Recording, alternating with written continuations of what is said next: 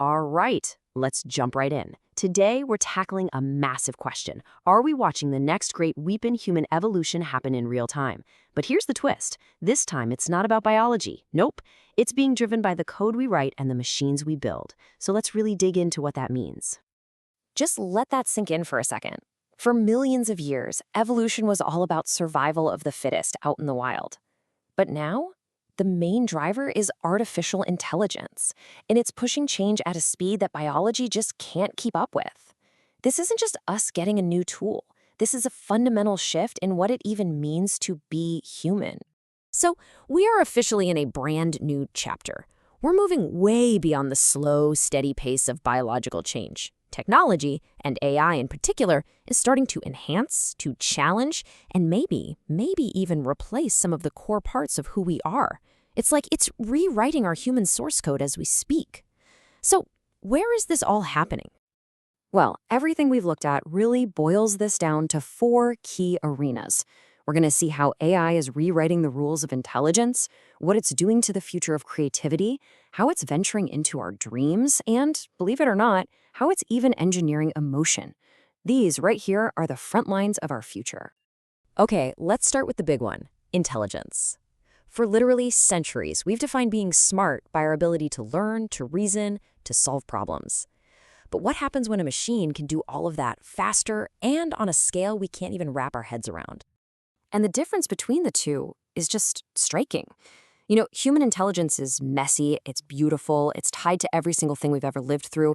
It's that gut feeling, it's reading between the lines. AI, though, it's pure logic. It's running on enormous data sets and calculations, spotting patterns with a precision that is just not human. It's not better, it's not worse, it's just completely different. And this brings us to a really tough question, right? If the heavy lifting of calculation, of memory, of even solving complex problems can be outsourced to a machine, then what is our mind for? What's the new job description for the human brain? It really forces us to rethink our own purpose. So, from the world of logic, let's pivot to our next arena, creativity. This is the one we always said was ours, our last stand, the one thing a machine could never touch. But is that even true anymore? Can an algorithm really create art? The key thing to understand here is where the spark comes from. Human art, it comes from our mess, right? From love and heartbreak, from joy, from all of our beautiful imperfections. Machine creativity is a whole different beast. It sifts through millions of songs, paintings, and books to spot the patterns and then generate something new based on that. One is born from feeling, the other is born from data.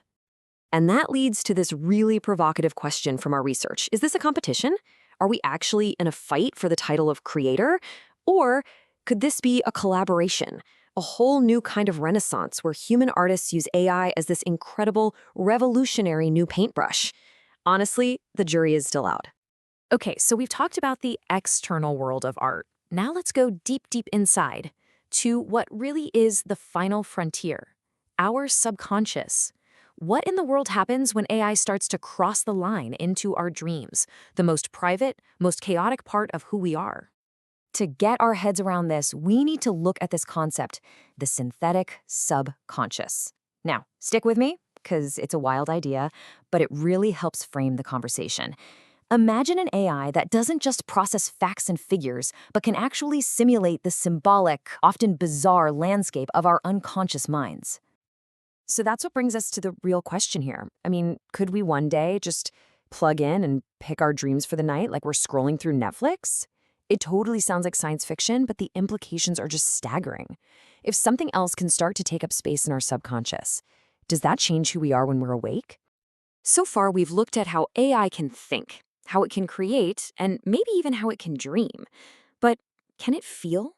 And that brings us to our final and maybe the most human arena of all, emotion. What happens when we actually try to engineer an artificial heart? This quote just says it all, doesn't it? Feeling is what connects us. It defines our relationships. It gives our lives meaning. The whole idea of sharing that uniquely human space with something that isn't biological, wow, it's one of the biggest philosophical hurdles we are ever going to face. So let's really break this down into a few key questions. First, just about the machine itself. Can it truly feel something like joy or sadness? Or is it just an unbelievably good simulation?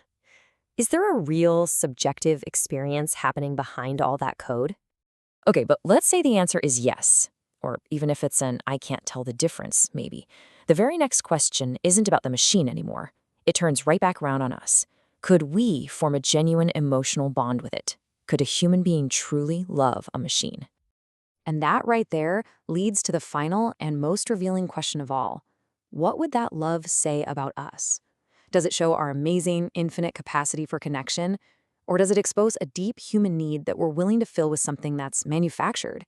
See, in the end, this question isn't really about the machine. It's a mirror held right up to our own hearts.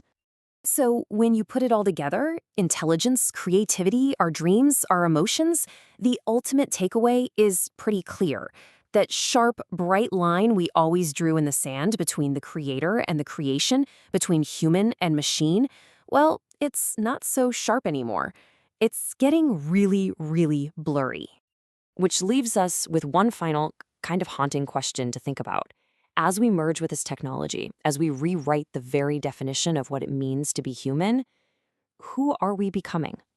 That is the story of our next evolution. And it's a story that we are writing right now, every single day.